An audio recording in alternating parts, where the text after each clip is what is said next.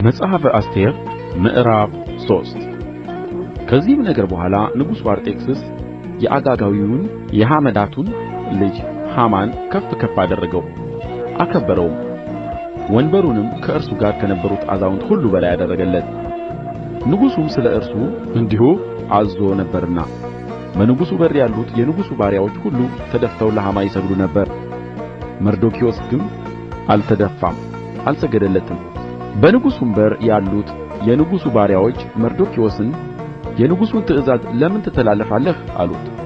ይህንም ዕለት ዕለት እየተናገሩ እርሱ ባልሰማቸው ጊዜ አይሁዳዊ እንደሆነ ነግሮአቸው ነበርና የመርዶክዮስ ነገር እንዴት እንደሆነ ያዩ ዘንድ ለሐማ ነገሩት።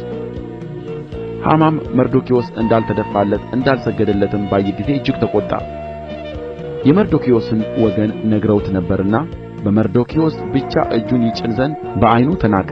ሐማም በአርጤክስስ መንግሥት ሁሉ የነበሩትን የመርዶክዮስን ሕዝብ አይሁድን ሁሉ ሊያጠፋ ፈለገ። በንጉሡም በአርጤክስስ በአሥራ ሁለተኛው ዓመት ከመጀመሪያው ወር ከኒሳን ጀምሮ በየዕለቱና በየወሩ እስከ አሥራ ሁለተኛው ወር እስከ አዳር ድረስ በሐማ ፊት ፉር የተባለውን ዕጣ ይጥሉ ነበር። ሐማም ንጉሡን አርጤክስስን አንድ ሕዝብ በአሕዛብ መካከል በመንግሥትህ አገሮች ሁሉ ተበትነዋል፣ ሕጋቸውም ከሕዝቡ ሁሉ ሕግ የተለየ ነው። የንጉሡንም ሕግ አይጠብቁም። ንጉሡም ይተዋቸው ዘንድ አይገባውም።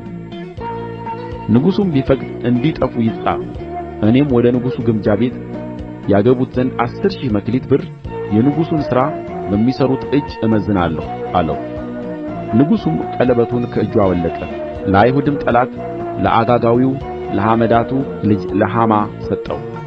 ንጉሡም ሐማን ደስ የሚያሰኝህን ነገር ታደርግባቸው ዘንድ ብሩም ሕዝቡም ለአንተ ተሰጥቶአል አለው። በመጀመሪያውም ወር ከወሩም በአሥራ ሦስተኛው ቀን የንጉሡ ጸሐፊዎች ተጠሩ። ከህንድ ጀምሮ እስከ ኢትዮጵያ ድረስ ወዳሉ 127 አገሮች በየአገሩ ወዳሉ ሹማምትና አለቆች ወደ አሕዛብም ሁሉ ገዦች እንደ ቋንቋቸው በንጉሡ በአርጤክስስ ቃል ሐማ እንዳዘዘ ተጻፈ። በንጉሡም ቀለበት ታተመ። በአሥራ ሁለተኛውም ወር በአዳር በአሥራ ሦስተኛው ቀን አይሁድን ሁሉ ልጆችንና ሽማግሌዎችን ሕፃናቶችንና ሴቶችን በአንድ ቀን ያጠፉና ይገድሉ ዘንድ ይደመስሱም ዘንድ ምርኮአቸውንም ይዘርፉ ዘንድ ደብዳቤዎች በመልእክተኞች እጅ ወደ ንጉሥ አገሮች ሁሉ ተላኩ። በዚያም ቀን ይዘጋጁ ዘንድ የደብዳቤው ቅጂ በየአገሩ ላሉ አሕዛብ ሁሉ ታወጀ።